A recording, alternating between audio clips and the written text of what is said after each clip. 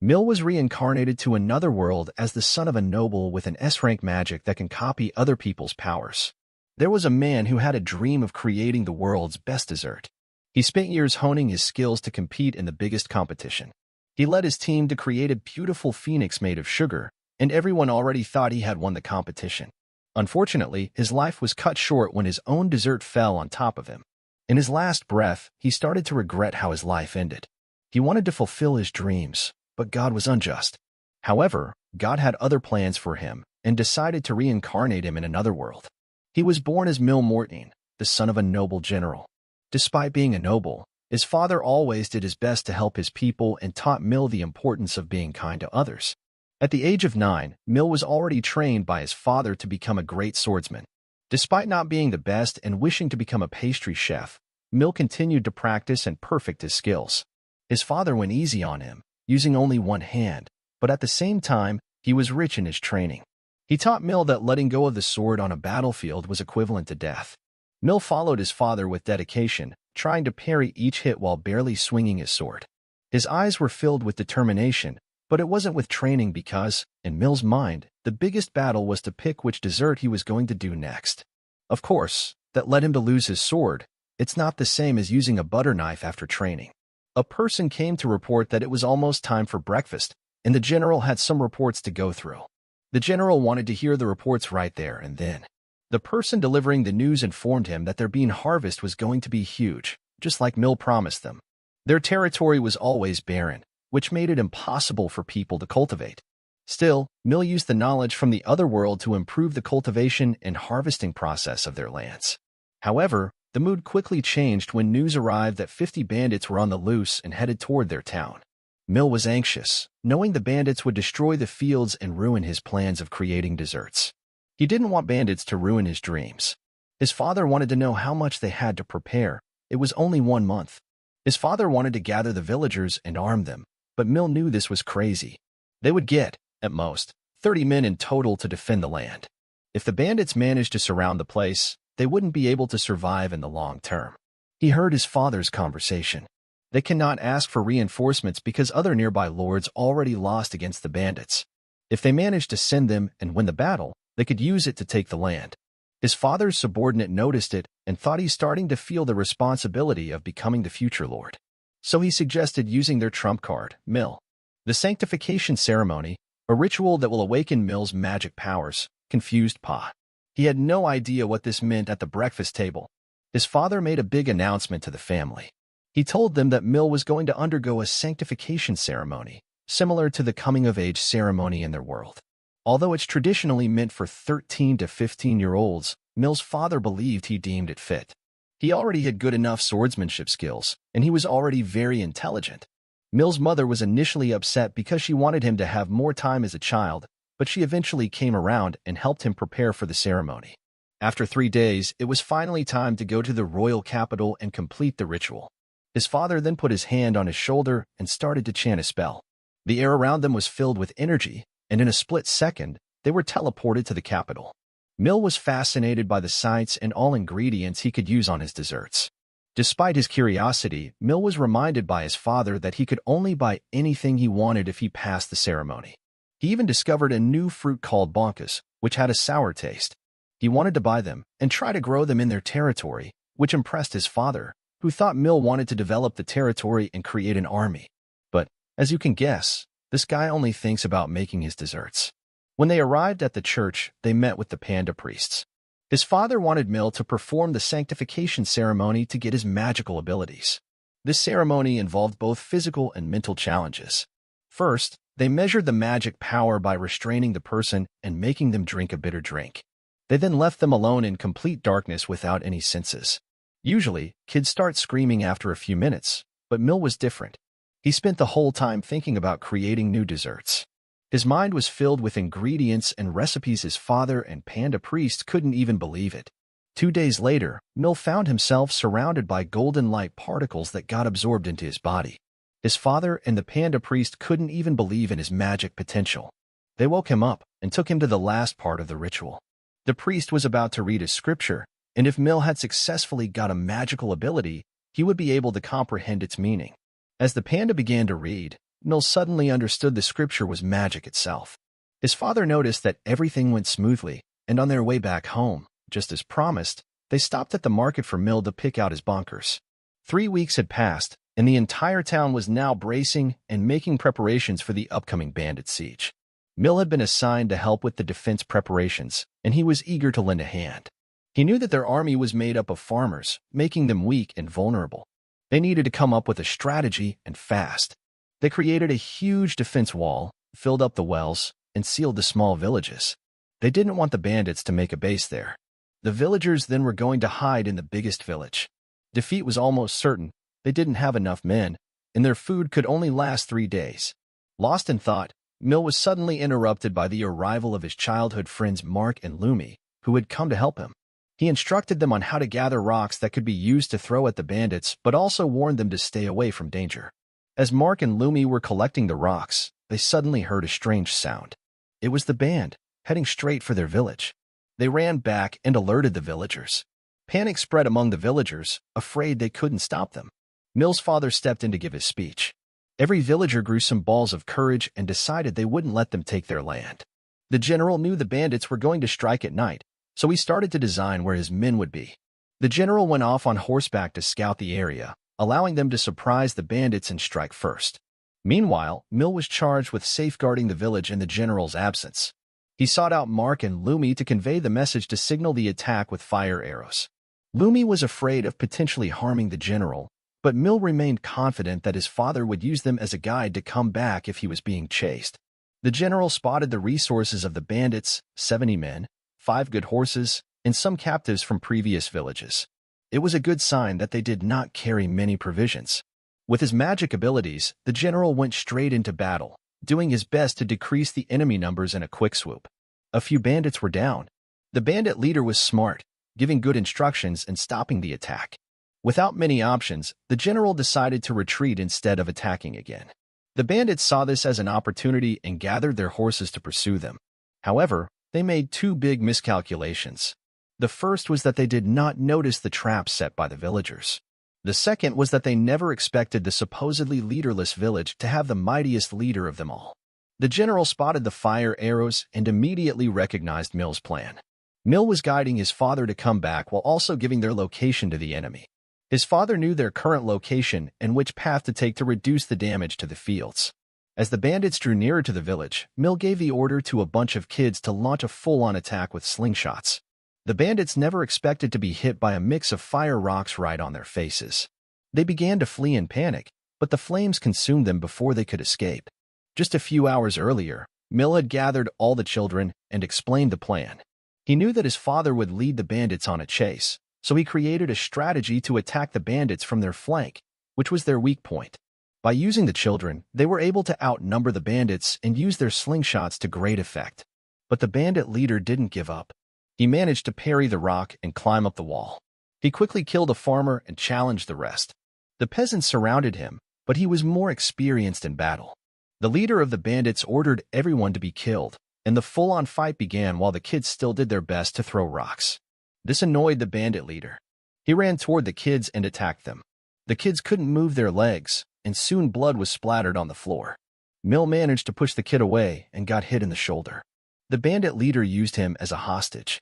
Mill saw a dead man lying on the ground and quickly thought he could use him to his advantage. The man had his head burnt from the rocks, and Mill used his magical ability to copy the injury to the other bandits. They too started to feel their heads burning, causing confusion among the bandits and their leader. Mill then used the same spell on the leader, who set him free. The bandit leader couldn't understand what was going on and got hit by a rock.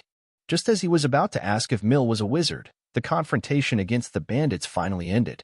Pat, dividing the food supplies between the villagers to ensure their sustenance, narrates his story about his reincarnation as the son of a poor noble. His only goal in life is to fill this world with sweets. The guards and villagers were taking care of the restrained bandits, planning to send them to another county. Pat's father wants the noble from that county to claim that they've dealt with the bandits. They will lose the glory, but they need to negotiate first.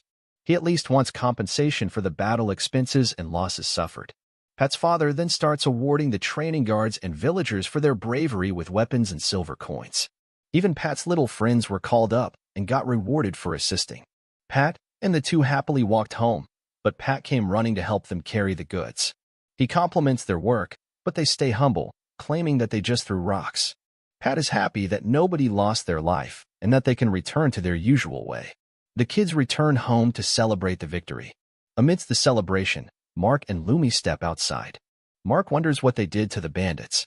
Lumi reveals their restraint in the main village shed, and that's when stupid Mark decides to check them out because, as a future Pat retainer, he needs to keep an eye on the bandits. Lumi agrees and follows him. The adults tell them that it's not safe and to go back, but Mark pulls Lumi to the bushes and throws pebbles to distract the adults. They take the chance to get inside the shed, just to get scared by the bandit leader. The leader reveals that Mark now has his sword and asks how he got it. Mark is totally scared, and under the bandit's manipulation, the bandit says that he will die once he gets turned in. So, he wants to teach Mark how to use the full power of his magic sword. Mark remembers that Pat can use magic and wishes to help him more. The bandit tells Mark to draw the sword. Mark follows the instructions, and the bandit compliments him, calling him a natural. Lumi tries to call Mark off, but he ignores her. The bandit frees himself from the ropes and tells Mark to get closer to learn the magic words. It's more a magic kick to the gut, sending the stupid kid flying away. The bandit gets up and stabs Lumi, all because of a stupid greedy kid. Blood starts to flow from her wound, and the bandit escapes on a horse. Lumi is barely managing to survive until Pat arrives. He instructs the guards on how to deal with the injury and asks where the bandit went. He finds out the directions and follows him on his horse. Pat concludes that he can use the anti-bandit traps in the area to his advantage. If he's in a direct confrontation, he can use his magic to copy the wound back to the bandit. He manages to realize that he can copy anything he has ever seen. Meanwhile, Pat's father finds out about what happened, scolds the guards for not stopping Pat, making the decision to save his son. Pat's father is worried that the bandit could have companions waiting and turns the tables. He tells Casserole to stay back to assure the villagers while he uses his magic to find Pat in the forest. Mark is struggling to free himself from the bandit. Suddenly, they fall onto a trap, allowing Pat to catch up to them. The bandit is annoyed because of the trap and prepares to fight. The bandit is aware that Pat's magic can replicate any wound he takes. So, he just wants to finish Pat in a single blow. Pa is constantly pushed back until he gets near Mark. The stupid kid tells Pa to abandon him. At this point, we would, but Pat is different. He will never abandon his friends. The bandit is pretty tired of this and breaks Pa's sword, followed by an attack to cut Pa in half. At this moment, Pat uses his magic. Meanwhile, Fuel is using his magic to scout the area, but the only thing he manages to find is Pat's broken sword. He slowly walks back without knowing how to tell Casserole that he lost his son. Yet, when he gets inside the Casserole's house, he finds Pa sitting on his mother's lap. Fuel is shocked and screams. Casserole explains that Pa got back with Mark a while ago. Fuel doesn't understand how he missed Pa coming back. He even used his magic to scout the area. Pa says that it's complicated. To make it short, Pa explains he simply copied his father's teleportation magic. Everyone is confused. Pa explains his magic can copy what he sees into something. So, he copied his father's magic into his body and teleported out with Mark. Casserole understands the situation but still scolds Pa. He forbids him from revealing that he can use other people's magic or use those spells in public. After calming down, Casserole explains to Fuel that people could aim for Pa. His ability to copy magic makes others target him to turn him into a human weapon. The worst part is that the bandit managed to get away and could reveal its secret. Pa then goes out to meet Mark and reveals that Lumi will survive. Lark is super depressed, but Pa tries to convince him to visit her together. Mark blames himself for not hearing them. If he did, she would never get hurt. Pa tries to comfort him, telling him to apologize. He drags Mark to visit her, but she's quite smiley despite the injury. She reveals that she's okay but isn't allowed to go out and play. Pa then decides to use the kitchen to give Mark and Lumi some time alone. Actually, Pa only cares about the sweet he is going to make while Mark is all gloomy. Depressed stupid boy Pa thinks that he can bring smiles to everyone's face by cooking, so he decides to make his bonka pie. He carefully prepares it to the detail while Mark properly apologizes to Lumi. The mood becomes quite weird between the two until Pa comes back, literally 5 minutes later, with a bonka pie. The two start drooling. They never saw a bonka pie in their lives. Pa explains this is his way to make Lumi feel better and also cheer Mark up. The two start eating it like savages, and Lumi mentions that it makes her feel like she isn't wounded anymore. But Pa has another surprise slice, bonkas and honey. The two kids hate it because the flavor is the opposite of the pie. Pa then pulls out his inner Socrates. He explains that every bonka tastes different, and he needs to find harmony in flavors. Pa compares it to people, explaining that Mark has unique traits and that he will find a way to make those traits shine. The lesson he really wants to give is that failing at something only means that he can learn, work hard, and improve. Mark finally cheers up until Lumi's father steps into the room. This guy literally looks like the Demon Lord, demanding Mark to feel responsible for injuring Lumi. Turns out that he only wants to set up a marriage between the two. Mark ends up flustered and doesn't know how to react. Yet when Lumi is asked about her view, she's like, sure, why not? Mark is still trying to recover, and Lumi gives some bonka pie to her father. Mark notices there's only one last slice remaining and asks about his share. Lumi playfully replies that the husband's assets belong to the wife, so she will take it. Pa then realizes that his theory was true. Sweets bring smiles to faces, but he's only just starting. A month passed after the bandit incident, but there was another problem. Pa met Fuel and Casserole, who told him they're broke. Like me, Fuel initially ignored it because Casserole always claims to be broke. Pa, on the other hand, wants to fix the situation. Casserole explains they had to shut down 2 villages because of the bandits, and now they need to dig out the wells and rebuild the houses again. But they also need provisions for all the villagers, plus the fields need to be repaired, and there's no money for all of this. They were going to get 200 gold pieces for the bandit leader, but Mark's stupid Doroma ruined their chances of getting a reward. Casserole thinks about borrowing money from another noble. However, they won't lend anything. All nearby lands were damaged in the winter, and the bandits also damaged it. Pa questions if they can ask his grandparents for help, but his parents cut ties with their families 15 years ago. Casserole says they didn't even introduce Pa to his grandparents, so it's impossible to ask them for money. He further explains that everyone was against him marrying Pass's mother because their lands were really poor, so they basically decided to run away. Pa returns to his friends who quickly understand the situation. Mark tells him not to hide stuff from them because they could also help. Pa changes the topic and asks about Lumi's recovery. She reveals that she can already go out, but she still feels some pain. Mark questions the possibility of making their fields bigger to cultivate more, but they don't have the time, people, or even the money to do it. Lumi says that Pass could sell his sweets in the city, but he cannot afford the production costs. Mark suggests that Pa could teach magic. Pa asks why he wants to learn magic. Stupid Mark thinks that he will become rich just because he can use magic. Of course, his future wife starts shaming him because he's too stupid to learn it, and even if he does, he will probably set himself on fire. Lumi says that magic could be the key. She tells Pa they could get an idea if he shows them his magic, so he decides to give it a try. Pa tells them to draw something on the ground. Mark draws himself defeating a dragon with magic, while Lumi draws some bonkas. Pa then uses his magic to copy the images into their hands. Lumi tries to rub it off, but it doesn't disappear. Pa explains it's permanent if he uses it on trees or walls, but it disappears in 3 days if he uses it on skin. Lumi then asks if he can do the opposite. Pa is confused. She explains that it would be cool if he could put a picture of a house or someone's face on the ground. Pa realizes this is the answer he was looking for, and immediately storms off to meet his father. Casserole was discussing the situation with Fuel and his wife. They were considering asking for money from her parents, but she isn't sure about it. Suddenly, Pa storms into the room with a plan. They all want to hear it. He asks if his father remembers the time when he mentioned his attempts to arrange a marriage for Josie, Pa's sister, who was already 13 and within the typical marriage age. His father still doesn't understand where Pa is going, but Pa explains that his father can take Josie around to introduce her to other nobles because he can use his teleportation magic. However, some nobles cannot use magic and are forced to attend a royal ball in the capital, but that's an expensive and dangerous trip. Pa says they could sell matchmaking photos. He then uses his magic to make his mother's portrait on a plank of wood. Casserole and Fuel cannot believe it because it's so detailed. His mother looks at it and feels like she's seeing herself in a mirror.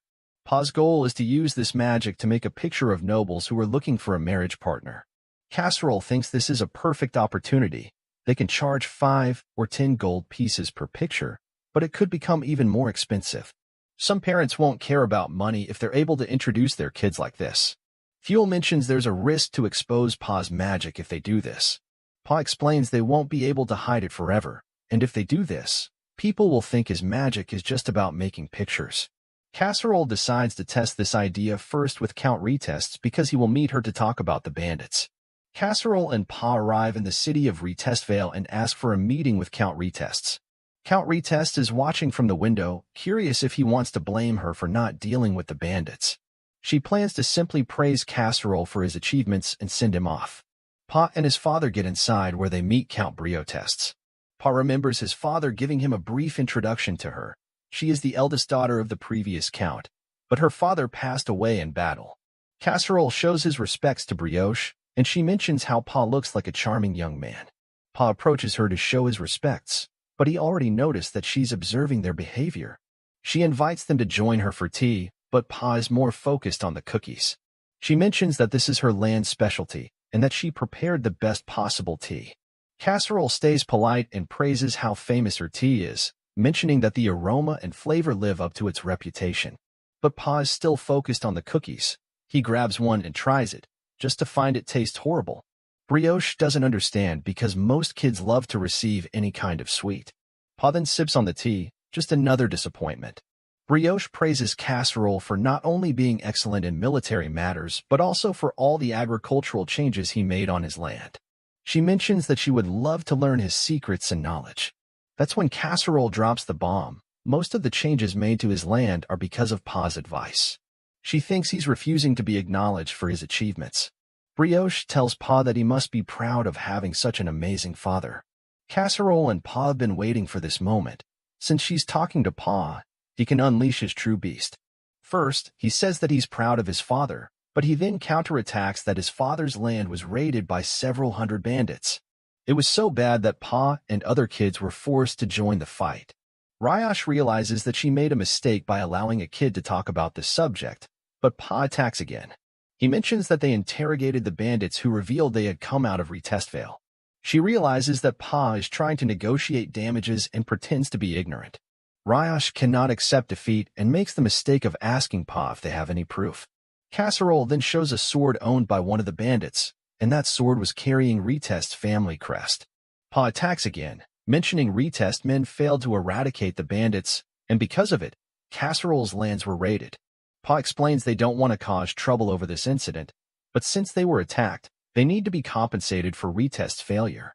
She asks if he considers 100 gold pieces appropriate, but Pa replies that it doesn't cover the damages. She reveals that he doesn't seem like a child and ups the compensation to 130, but Pa refuses. She cannot believe she was beaten by a kid and decides to give 150 gold pieces. Pa asks his father's opinion, and they accept the deal. While they sign the contract, Riosh realizes that Pa is exceptional and realizes that he might be the reason his father's land is prospering. Especially because fathers are the ones who conduct negotiations, but Pa just put her to shame. She still thinks that 150 gold pieces is a small price to pay, considering she could have lost the king's trust. After everything is done, Riosh reveals she underestimated Pa due to his age. Pa apologizes for the things he said, but he needed to do it. She says he never introduced himself to her, and she follows up on her request. Before leaving, Pa apologizes for not bringing a gift, so he pulls out a piece of cloth and uses his magic. Brioche barely believes that she saw him make a portrait of her in a second. She thanks him for the gift, and Pa says goodbye. Casserole then went to a coming-of-age ceremony of the Duke's Castelset grandson. He congratulates the Duke for his grandson Squall's recent coming-of-age. The Duke then introduces Squall, mentioning he graduated as the top student in the military academy. The young boy nervously salutes Casserole, and the Duke apologizes for his stiffness. He reveals that Squall admires Casserole and was looking forward to meeting his childhood hero. Casserole mentions it's an honor and introduces Pa to the Duke. Pa introduces himself in a relaxed and confident manner, impressing the Duke. He calmly compliments Squall, who bites his tongue due to his nerves. The Duke mentions that, despite being younger, Past looks more mature than his grandson. He also mentions that Pa is already an adult and asks if he awakens magic. Past mentions that he indeed got magic abilities by the grace of God, impressing the Duke, who mentions Casserole's family has been blessed. Past stays calm and humbly replies that he got lucky. The Duke gets curious and asks if Past can demonstrate his magic. Pa accepts and asks if he can borrow a piece of cloth from the butler. He casts his magic, printing the image of a beautiful young girl. The Duke is impressed, but his grandson's heart skips a beat. Pa mentions this is a gift from himself and Margrave of Hobbuck, who wanted to introduce his daughter to Squall. The Duke mentions the Margrave couldn't be present and asks if it's truly his daughter. Pa introduces her as Margrave's third daughter named Petra. He explains that he visited their domain with his father's magic and met her. The Margrave is currently stuck in a conflict, and Petra couldn't come to meet Squall, so they decided to introduce her this way. Squall is head over heels for her, mentioning she's cute and pretty. Pa takes this chance to invite him to come to her coming-of-age celebration in the next month. Squall instantly agrees. His grandfather gets mad because Squall is stupid and doesn't recognize this was a marriage proposal. The Duke tries to play it safe and tells Squall to calm down. He then asks how he plans on getting there. Past mentions they can use his father's magic to travel safely. Squall acts like a happy puppy, telling his grandfather that they won't have problems with Casserole's help. The Duke starts regretting, but Past sees a chance. He whispers that the Margrave has been fighting for some years and is getting tired. The Duke gets interested and asks for more information. Past mentions the Margrave wants to stop the battle by using the Duke's military, and for that, he wants to marry his daughter to Squall. Despite only being Past's opinion, the Duke thinks it's a piece of interesting and reliable information.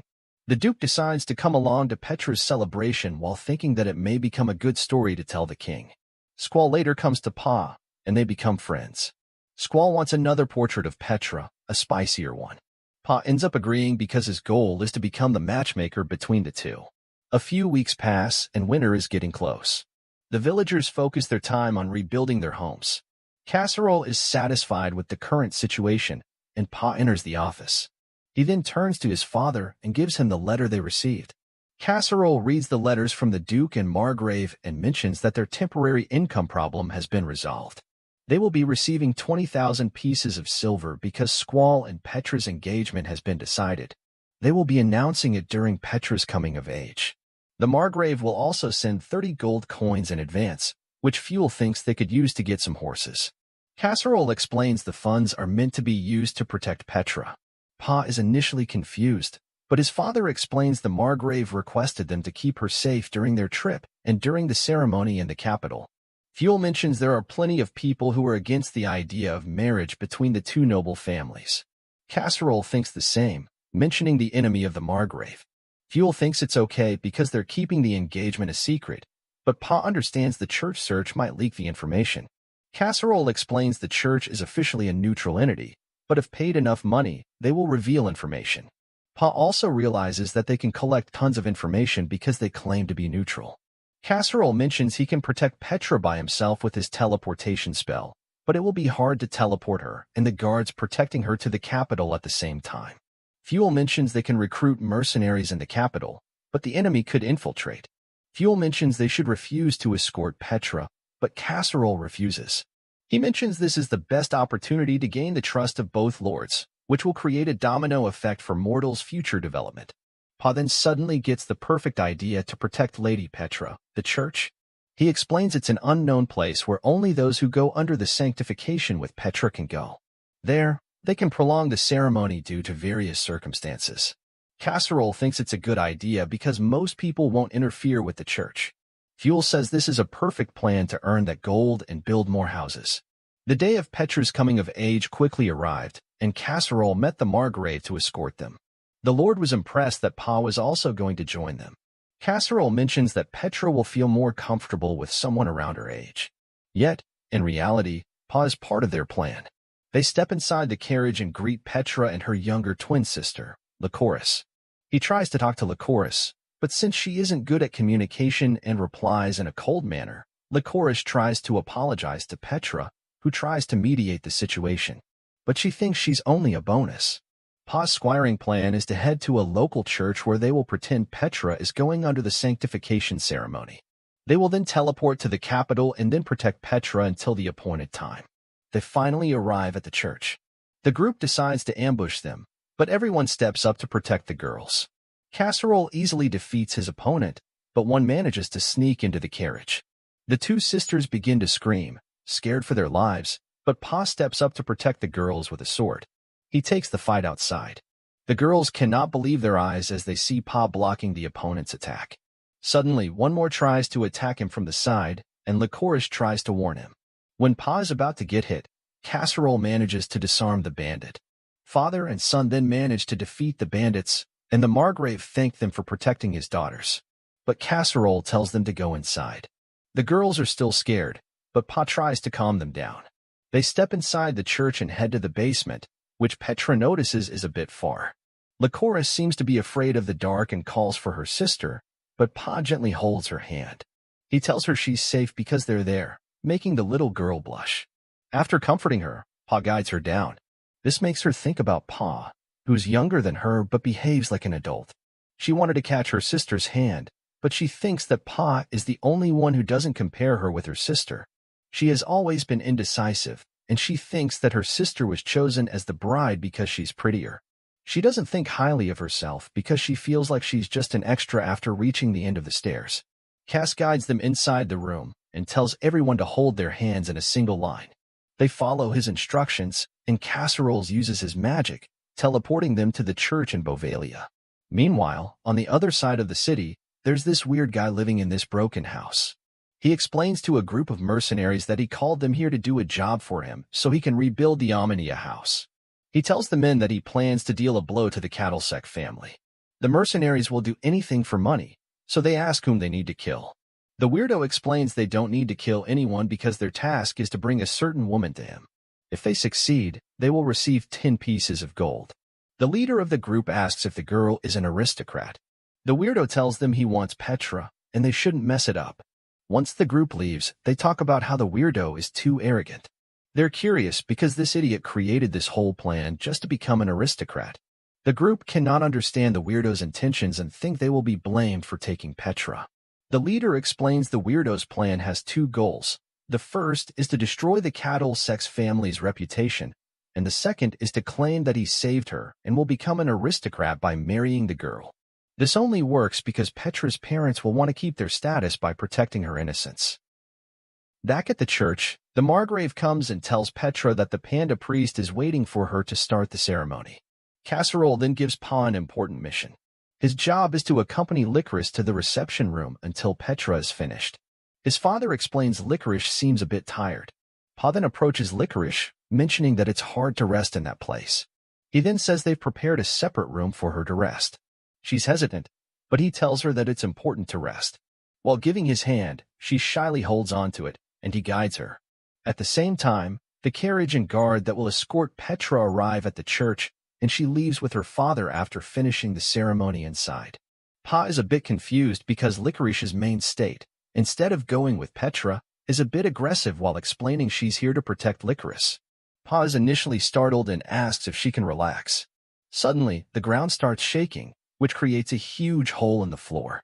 Licorice and Pa fall into the hole, and Casserole shouts for help. Casserole rushes inside the room to find out what's going on. He examines first the situation and realizes this massive, bottomless pit was created by a mage. He orders fuel to explain the situation to the Margrave, and then jumps into the pit. Meanwhile, Pa awakens and tries to understand what happened. He wonders why he is being held hostage because his family is poor. He then looks at Licorice and realizes they're after her. The mercenary leader tells one of his men to keep an eye on them. Before leaving, he tells Pa that he will kill him if he tries to do something. Without any second thought, he decides that he must protect Licorice. Casserole finally reaches the end of that massive, endless pit and realizes the culprit's already escaped. Licorice finally wakes up, and Pa asks if she understands what's going on. Since she doesn't, Pa explains all he knows and tells her to relax. She was initially worried, but she decides to believe Pa. The guy guarding them says that Pa is trying to show off. Pa looks around and understands that this place belonged to a Duke family that fell 10 years ago. He remembers reading the list of possible threats for Petra's escort and realizes there was only one Duke on that list. It was the Duke of Armenia. He uses his magic to copy the information into a ribbon belt and then copies his father's magic to teleport it to his father. Meanwhile, Casserole returned to the church to see if he can get more information. At that moment, there's a light in the room, and the ribbon appears. Casserole holds it and reads the information, revealing that Pa and Licorice are being held in Armenia's estate. They realize that someone from the former Duke's family is the culprit. Meanwhile, the mercenary leader gets inside the room, angry because he just realized that they got Licorice instead of Petra. He tries to attack her, but Pa uses his magic to teleport next to her, yet he gets punched by the mercenary leader. The other guy is confused, but he asks the leader what's going on. The leader explains they won't get paid because they got the wrong girl, and the engagement announcement is happening right now. Pa then realizes their true intentions, but he doesn't have time to think. The bandits want to kill them to avoid leaving any witnesses. The leader focuses on Petra, but Pa ties himself and uses one of the standby swords to protect her. He knocks the other guy down and tries to confront the leader, who's confused as hell. Licorice is relieved, and Pa mentions he will be with her. Pa steps forward, asking the mercenary leader to surrender, but the bandit refuses, mentioning the battle has just begun. But Pa states this is a checkmate. The bandit realizes that he underestimated Pa because he's just a kid. Casserole rushes through the door a couple of seconds later, yet Pa tells them to worry about Licorice first. The bandit realizes he made a mistake because there is no escape from the room. He decided to keep the captives. But he doesn't want to give up and uses his magic to make a hole and escape. Casserole's at his shoulder and tells him how worried he was. Some knights from the Duke and Margrave family arrive, worried about Licorice. Casserole tells the knights to take her to Hubbock and explain about the situation outside. Pa asks if they found the person behind this mess. Fuel replies that it was a self-proclaimed Duke Omiya who tried to escape through the back. The knights wanted Casserole to also come and report everything to the Duke, so they ordered Fuel to go instead because they had to chase the bandit. They rush inside the manor to see if they can find clues about the escape route. Yet, Pa mentions that he felt like the bandit didn't have much magic left to make it far. They suddenly realize something and return to the room. The bandit gets out of the hole, mentioning he pretended to escape but was simply waiting for them to leave. Casserole prepares himself to take the bandit, but Pa stops him, stating that he will settle things. The bandit thinks he's lucky because he will fight a 9-year-old boy. So, he thinks about taking Pa hostage to escape. He dashes forward with a swing to kill Pa, making Casserole worried about his son. However, the bandit's sword is cut in half. The bandit looks at his broken sword, confused, and Pa uses this chance to knock him down. As the bandit falls, Pa gives him the same advice his father always gave, to never take his eyes off his enemy. Casserole is relieved to see his son safe but wants to know how the bandit's sword broke. Cass explains he copied the cracks in the walls into the sword. Casserole reveals he was initially worried but then calls Pa a cunning kid.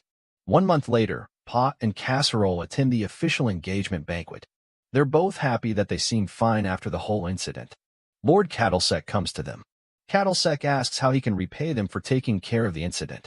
He then personally thanks Pa, who humbly replies that he did his job as a knight. Casserole talks about Squall, mentioning that he has a man's look in him.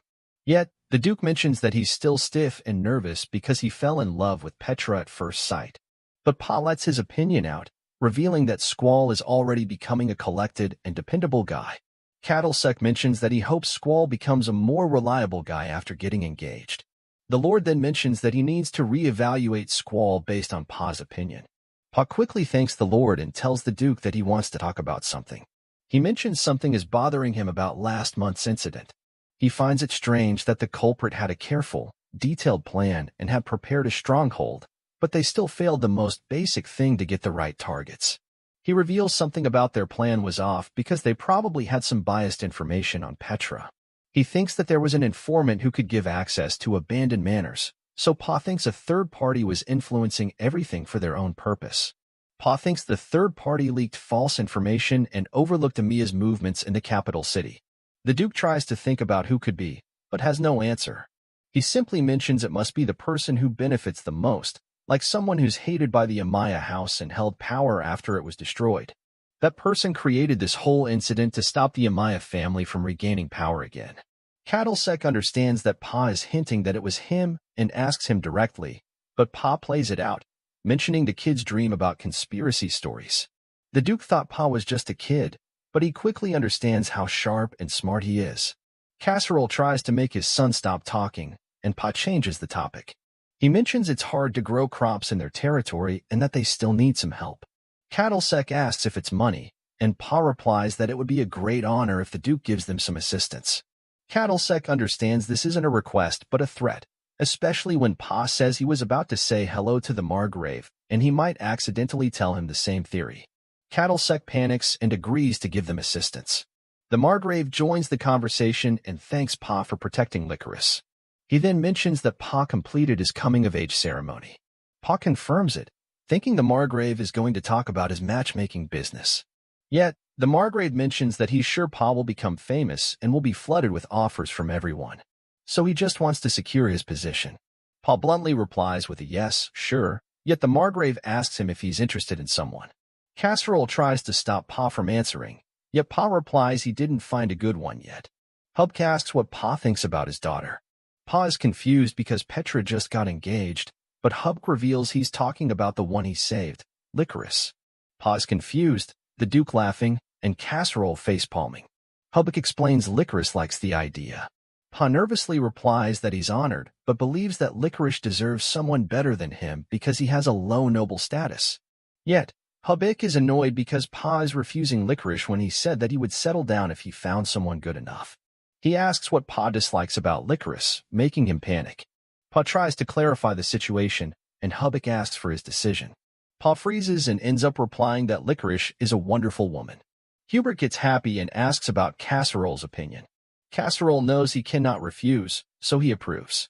Past feels betrayed by his father, and Hubert gathers all the people to announce that Licorice and Pa from now on will be engaged. Pa then realizes he thought he was going to matchmake Licorice's wedding just to be matched instead. Seconds later, Licorice arrives with a big smile and finally summons her courage to thank Pa for saving her. This is the first time he sees her smile, and he starts blushing because he never noticed that she was this beautiful. The Margrave does a toast, mentioning he got a fiancée for both his daughters. Squall shakes Pa's hands, mentioning that from now on they will be brothers. After the party, Pa is watching the sunset, confused about everything. Licorice talks to him and nervously asks if she's good enough for him. He smiles and replies with a yes, mentioning that he's happy about it.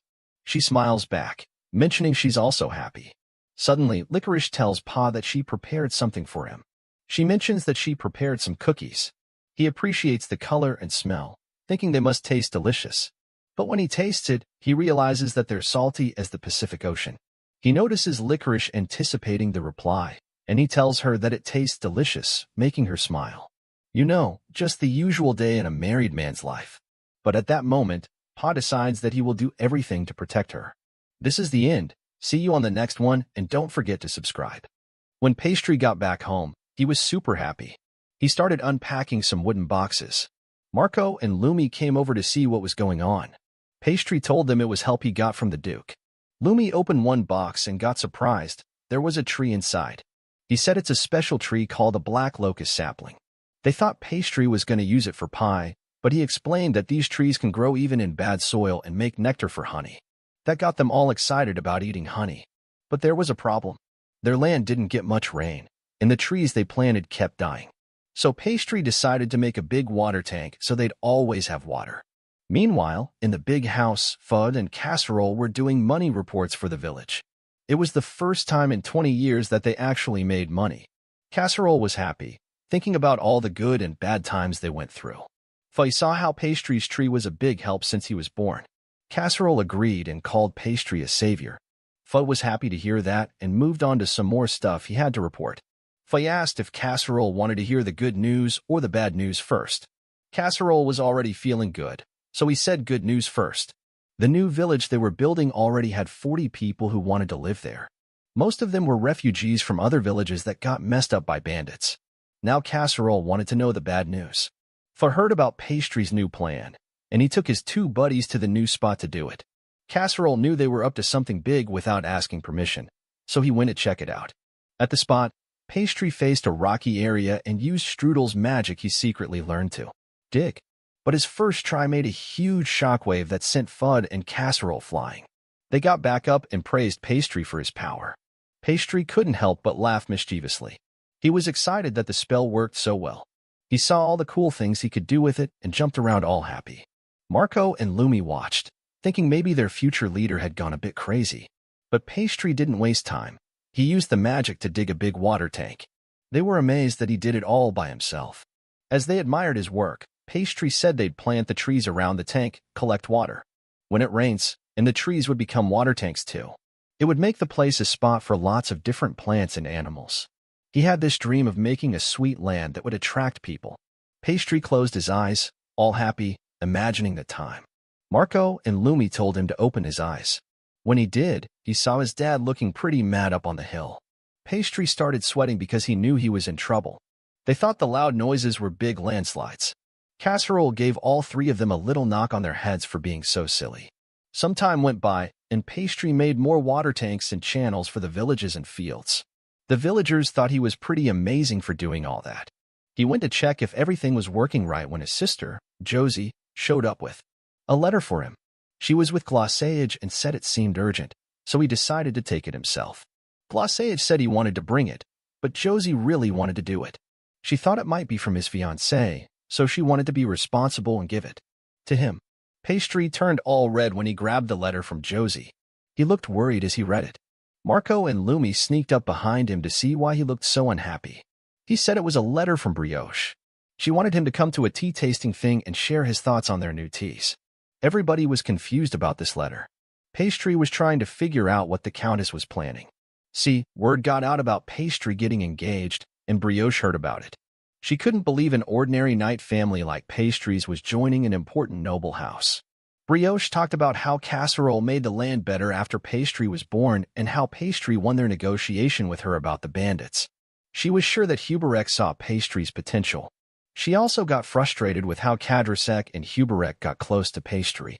So she invited him to the tea thing to try to get on his good side. In the village office, Pastry changed the subject back to why he came. He asked if his dad was here, but Fei said he was still in the royal capital for work. He wasn't around. So Pastry told Fudd about the tea invite from the Brioche. Fei thought it was weird that she wanted only kids to come. Pastry told him he had a feeling she might be up to something. Then, Casserole came back from his trip and already knew about the invitation from the royal capital. Pastry was worried, yet his dad thought they could talk about that later. But for now, he had a surprise. Licorice came into the room, and they both had big smiles and were happy to see each other. His dad said she would be staying with them for a little while because of some stuff that happened. In another place, one of Huberek's retainers tells him that he's worried about sending Licorice to stay with the Mortals. Huberek gets annoyed and thinks Brioche is up to something with his future son-in-law. The helper agrees, saying Brioche is smart and probably knows about Mortal's land and Pastry's potential. Huberek thinks her invite to the tea thing is daring. That's why he sent Licorice, so she can go with Pastry. Even if Brioche tries something, it'll be hard to influence Pastry with his fiancée there. On the day of the tea party, the Countess's castle is full of fancy young nobles from the south. Pastry and Licorice arrive, and Pastry notices the picture he made of the Countess from his first visit. He knows it's there to get his attention. The Countess's retainer welcomes Pastry and says he's been told to be respectful and watch him closely. Pastry thinks they're worried he might cause trouble. He sees this as a chance to show off their land stuff. The helper introduces Pastry and Licorice, and Pastry makes a good impression with his first words. He gives out his hard candy sweets to everyone as a gift. He says they'll go great with the tea, and everyone says they look awesome. People are surprised by how good they taste. They've never had sweets this good. Everybody agrees they make the tea taste even better. Now that Pastry had everyone's attention, he told them he'd love to send more candies through traveling merchants as gifts. But he had a request: no sugar taxes for the merchants. He explained that sugary stuff got taxed a lot, and it wouldn't be fair to tax gifts. The nobles thought it'd be strange to tax gifts, so they agreed. Then, Brioche showed up and heard everything. She thought the idea was interesting and used the excuse of talking about business and private stuff to take Pastry away from Licorice. She reminded him that these things should go through her first. Brioche asked Licorice to wait while they talked about stuff concerning her and the Mortal family. They sat down and she asked Pastry straight up what he wanted. Pastry gave Brioche some of his candies to taste, and just like everyone else, she loved them. He told her he made them from water, sugar, and honey. Then he surprised her by saying he planned to make all these ingredients on his family's land and start mass-producing the candies in 3 years. Hearing this surprised Brioche because their land was not very good for growing stuff. But she knew Pastry was capable. Pastry wanted her support because she had access to a harbor and the talk about taxes was a way to get this meeting. Brioche started to worry about what Pastry was planning.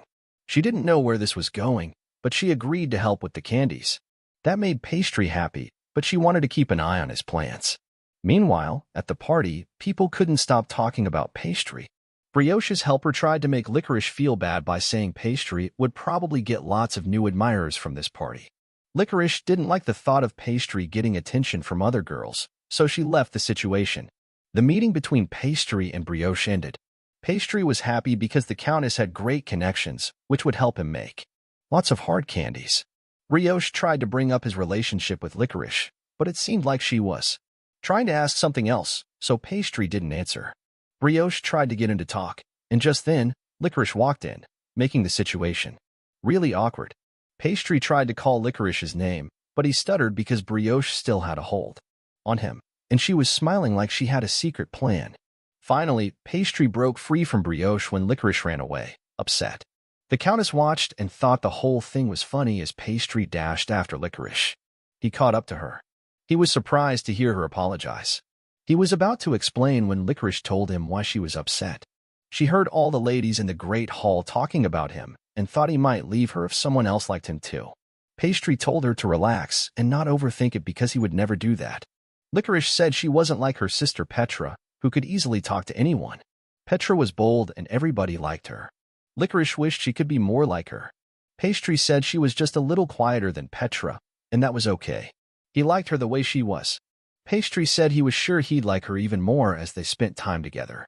He just asked her to trust him and believe what he said. Pastry asked her to wait a moment and trust him no matter what. Then he said he had to go for a bit and used his dad's magic to disappear. Meanwhile, Brioche was happy because she had caused some trouble between the couple. Pastry came back and gave her a candy apple and told her he made it just for her. He carved a heart shape into the caramel. Licorice took it and took a bite. She was amazed. It tasted so good, and it brought back the happy memories of when they made candy together. Tears of joy ran down her face, but Pastry got worried when he saw them. She told him they were happy tears. She took another bite and couldn't believe how delicious it was. Pastry told her its name, the love apple. This made her blush. He said his feelings for her were strong, and he put all of that into the treat she was enjoying. He really wanted to make her happy and see her smile. She gave him a big smile and thanked him. Pastry was relieved he didn't almost lose her. After the tea ceremony, they returned to the village. Pastry was super tired and just lay on his desk. They poured him a cup of bean tea to help him feel better. When he took a sip, it was just what he needed. They noticed some paper on the desk, and Pastry said it was leftover wrapping paper from the hard candies. His mom helped him wrap them while he told her the story. But when Fudd looked closer, he saw that the paper had a picture of the Countess holding him. He couldn't believe Pa used that picture, but Pastry thought it was payback for the Countess messing with his relationship with Licorice. Somewhere else, Brioche was really mad and smashing things up. She was furious because Pastry had sent candies to all the nobles wrapped in that paper. Now, there were rumors going around that she liked younger guys. Meanwhile, Huberek got a report about the army movement of his neighbor and rival, Luderut. Huberek thought Luderut would make his attack before Huberek's army became stronger with the Duke's help. Reports said Luderut had an army of 30,000 soldiers. Huberek planned to write a letter asking for more troops and send it to the Duke. Back in the village, Pastry was counting all the money they made from selling hard candies and matchmaking photos. They had more than 300 gold coins. Pastry wanted to put the silver coins and 4 of the gold coins into his savings. Fay said that was a lot of money for someone his age, but Pastry explained it was fair for the time he spent making sweets and photos. Fay agreed and said Pastry had made the village a lot of money, so Casserole wouldn't be upset. Pastry wanted to use the money to buy some animals, so he asked Fudd to talk to the merchant and get 100 goats. Fay was surprised because they only needed like 70 or 80. Pastry said he'd bid high and then compromised to get a better price. Fay called his business style dirty. Pastry even wanted the merchant to throw in 3 donkeys, and Fay warned him not to be too tough or the merchant might cry. Pastry explained that goat milk and cheese were important for making sweets. Fay told Pastry that they had tried raising goats in the village's early days. Goats are easy to take care of because they eat almost anything, but the land wasn't good enough back then, so they had to let the goats go find a better place to live. Pastry noticed how much better the land was now, so they could start raising animals again. This would help him get closer to his dream of a land of sweets. Meanwhile, he picked up a pot of syrup and asked Fudd to taste it. They tried it, but thought it was too sweet. Pastry said it was his first try at making sugar and that he planned to make their village famous for making sweets. If he could figure out how to make sugar, he could make lots and lots of candy. Later, he got Marco and Lumi to help with one of their projects. Licorice wondered what they were doing, and Pastry told her they were making a juicer. They show how it worked with a lever. Marco tried to help Lumi reach the handle, but he wasn't strong enough, and they both fell, breaking the device. Pastry thought he had the right idea but needed to make a stronger version with metal. Licorice had an idea and told them about a wine press her family used. It needed 2 people to turn a lever and squeeze out the grape juice. Pastry decided to find a way to get one instead of making his own. He rushed back to talk to Fudd about it, and Licorice was happy to see him so excited. But when Pastry went to their office, Fudd and Casserole looked worried. They told him that a war had started between Huberek and Lutterut. Pastry was really upset because this meant all his plans had to be put on hold. Pastry was lost in thought because of the war, and Licorice noticed. She decided to talk to him about it so they could share their feelings. The couple thought that war was foolish when there could be people making and enjoying delicious sweets, which would make everyone in the world happy. After they cheered each other up, Pastry remembered that he was supposed to receive his goats today. He said he wanted to use the goat's rich and delicious milk to make cheesecake. Licorice said she wanted to try the new dessert, so Pastry told her to have high expectations. Later, in the office, Pastry was a bit annoyed when the merchant who was supposed to sell him the goats came to say that a noble had forced him to sell the goats to someone else. The merchant had no choice because his life was threatened. He apologized to Pastry and his father, and Casserole understood, even thanking the merchant for coming to explain in person. Pastry wanted to know who did this, and it turned out to be Baron Lunsbach, who was known for picking on lower-ranked noble families. Fay suggested they use their connections to a powerful noble family to help, but Casserole said their engagement with House Huberek hadn't been formalized yet, so it might be tough to ask for their help. The Huberek conflict likely caused this problem, as war can affect food security.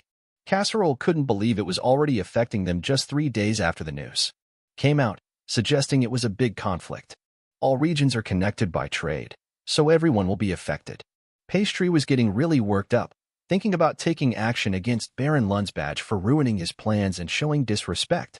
Casserole and Fay were confused by his anger and tried to calm him down, but Pastry insisted he was going to march to the Baron and confront him. His father then explained that in times of war, all regions need supplies, especially food. Lunsbach's land is closer to the front lines, so it's natural he needs food urgently. Casserole pointed out that the noble didn't steal the goats but paid a fair price for them. He sympathized with his son but explained that only Pastry was affected by this.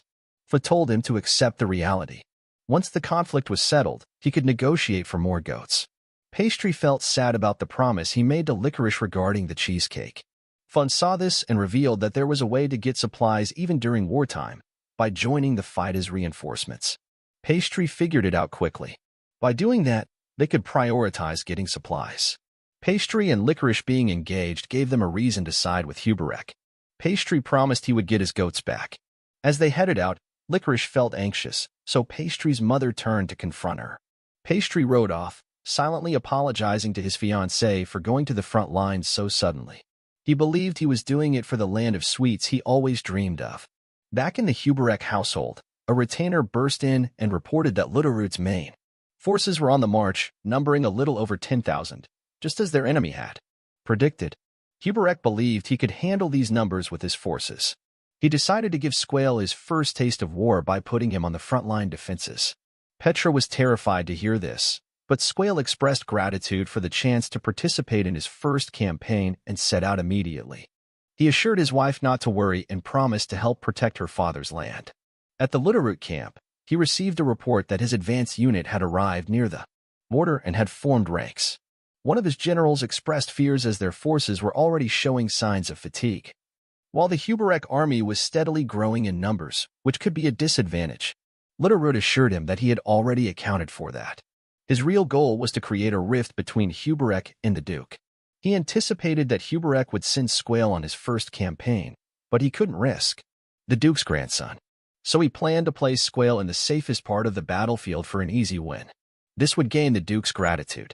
Littleroot intended to lure Squale out to a place where he could easily finish him off, causing the Duke to lose his air and become furious, cutting ties with Huberek, leaving him isolated. Littleroot imagined the despair on Huberek's face as he planned this scheme. During that time, Squale and his unit moved into position, and he felt a bit nervous on his first deployment. He held a picture of his wife to remind himself of what he was fighting for as they advanced. Meanwhile, Littleroot's men lay in wait for the right moment to ambush him. Pastry and Casserole finally reached the Huberek lands, and the boss welcomed them warmly.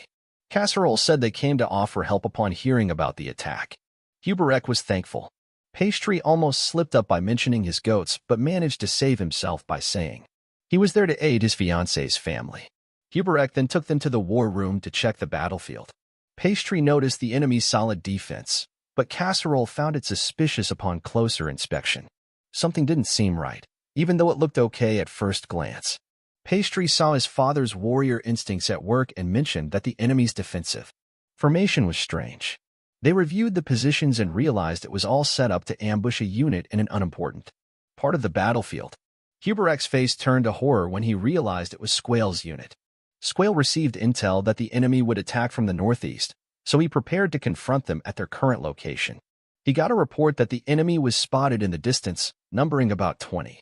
The young lord rallied his troops and moved forward, but they didn't find any signs of the enemy. Then came another report that they had fallen into an ambush as the enemy charged from behind, and their numbers were greater than reported. Squale's unit was in a panic, and they lost some soldiers. The young lord tried to stay calm and ordered his troops to head into the forest. Unfortunately, there were also enemy troops in the forest, and their total number was about 105 times greater than what was reported. Squale's lieutenant waited for orders. Squale found himself quickly surrounded, and he became the primary target because he was the one giving orders. Just when things seemed bleak, Glacéage's arrows started to take down the invaders. Casserole also fought his way through the remaining enemies. Squale was amazed to see them coming to his rescue. He heard Pastry's voice, and Pastry was thrilled to see him safe. Pastry told Squale that they had come to help him when they heard about his first deployment. Tears of relief welled up in Squale's eyes as Pastry extended his hand to him. Part 12. Casserole and the group swiftly dealt with the enemy, and they returned with Squale to Huberek's palace. Huberek quickly apologized for putting him in that situation, but Squale was clearly shaken. Casserole tried to lift his spirits because Squale never gave up despite being surrounded. However, Squale knew he would have been in big trouble if Pastry and his father hadn't arrived on time. Huberek revealed that Littleroot had decided to withdraw, and he planned to celebrate. But Squale couldn't shake the feeling of incompetence within himself. He was so traumatized that he refused to spend time with Petra, telling her that he wanted to be alone. Casserole and Huberek thought it was a bit harsh for his first battle, but they believed he needed this experience as someone who would inherit the Duke's army. Petra was really worried about him and wondered what she could do to comfort him. Casserole reminded Pastry that he had comforted Marco when Lumi got injured and entrusted Pastry to help. Pastry was unsure because not even Petra could comfort Squale, but she said that she wanted to see Squale smile again. Those words reminded Pastry of what Licorice had once told him, that people would smile and be happy if they ate sweets. That gave him an idea, and he requested to use the kitchen.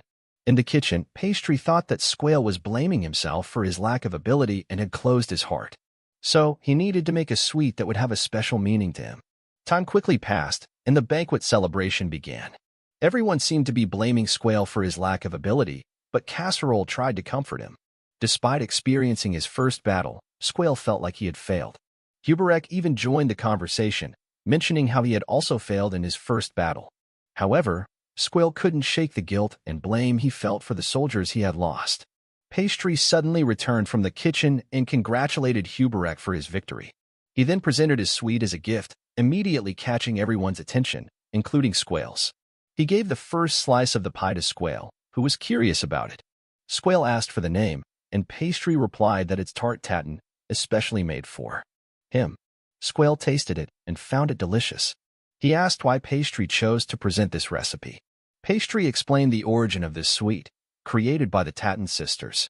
He said that tarts are made by baking dough with fruits on them. But one day, the sisters forgot to put the dough on the baking pan and only baked the fruits. The sisters felt they had no choice but to put the tart dough during the baking process. That's the origin of this recipe. He then gave a reality check, explaining this recipe was created after a baking failure. The word failure reminded Squale of the traumatizing events. Yet, Pastry called it a miracle. Squale was confused, but Pastry explained that the sisters could have simply thrown out the fruits and remade the tart again in the right order. But this recipe would have never been born. The sisters refused to let the failure end as a failure. Pastry then mentioned that every time he failed at making sweets, he would remind himself of this recipe. He told Squale that even if he fails, he needs to look ahead and try to move on. However, Squale didn't believe those words because his grandfather always taught him that failing is unforgivable. Petra told him he didn't fail because he promised to her that he would return safely. He countered her, mentioning he only came back because he lost the soldiers who sacrificed their lives. Petra said he should be proud because he's thinking about his fallen comrades instead of becoming arrogant about the victory. He finally accepted her words and thanked her and Pastry with a smile. He promised that he would become stronger and wouldn't let this failure go in vain. Huberak thanked Pastry for helping and decided to reward him with anything he wanted. Pastry quickly asked him for an endless supply of stuff, all related to his sweets. After returning home, Pastry started to unload Huberak's gifts. But his father stayed back to negotiate and get revenge on Lunsbach for literally stealing their goats. Casserole suddenly returned after succeeding in the negotiations and grabbed Pastry's hand, telling him that he needed him. Pastry was confused, but Casserole just said his teleportation wouldn't be enough. So, Pastry needed to copy his magic and teleport the livestock. They returned with 100 goats and 5 war horses that were being delivered to Baron Lunsbach, using the same strategy as he did against them. Meanwhile, Pastry received Huberak's wine press and decided to experiment with it right away. He is suddenly called by his mother and goes to meet her. Turns out, she wants him and Casserole to go to the capital. Licorice received a letter from her father, asking her to go with her sister to the capital. But she doesn't have enough clothes, so she wants them to go to the capital to get her new clothes. Pa quickly accepts it because it's his fiancé's request. But he quickly returns home to make Licorice's awaited cheesecake. This is the end. Subscribe for more recaps.